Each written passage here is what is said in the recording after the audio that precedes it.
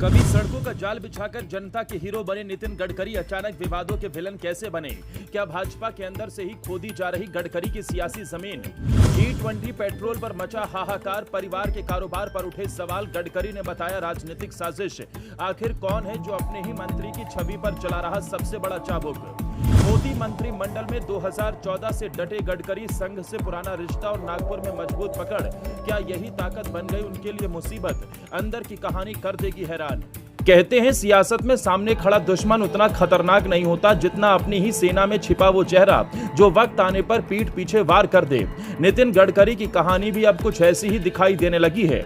एक वक्त था जब सड़क का नाम आते ही गडकरी का नाम लिया जाता था।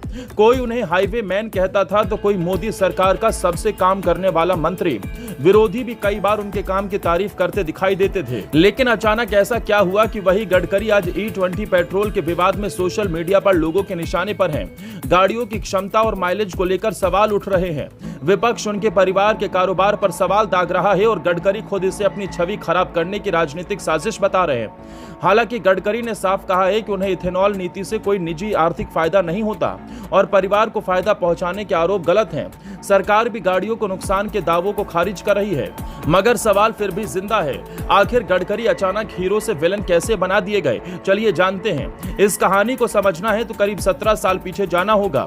महाराष्ट्र की राजनीति से निकलकर नितिन गडकरी दिल्ली पहुंचे और 2009 में बीजेपी के राष्ट्रीय अध्यक्ष बने। उम्र सिर्फ 52 साल थी और पार्टी की कमान उनके हाथ में थी। लेकिन यहीं से एक ऐसा अध्याय शुरू हुआ जिसकी चर्चा आज भी राजनीतिक गलियारों में होती है। नाम था संजय जोशी।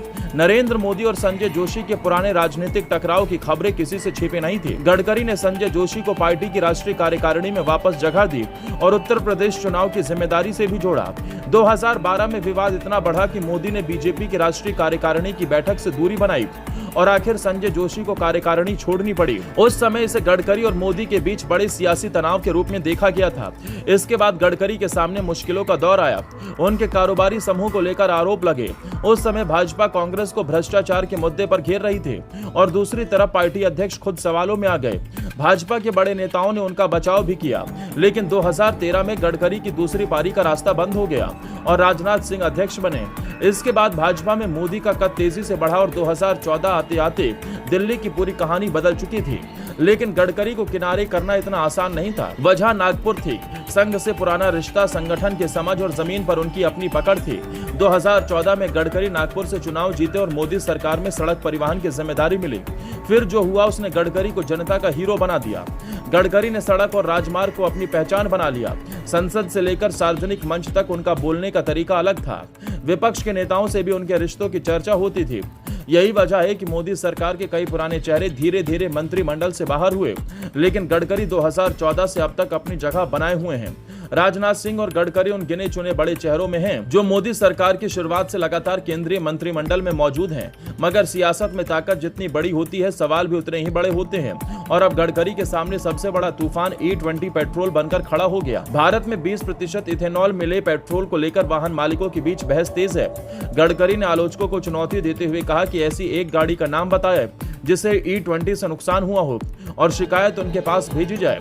गडकरी खुद राजनीतिक साजिश की बात कर रहे हैं तो आखिर उनका इशारा किस तरफ है?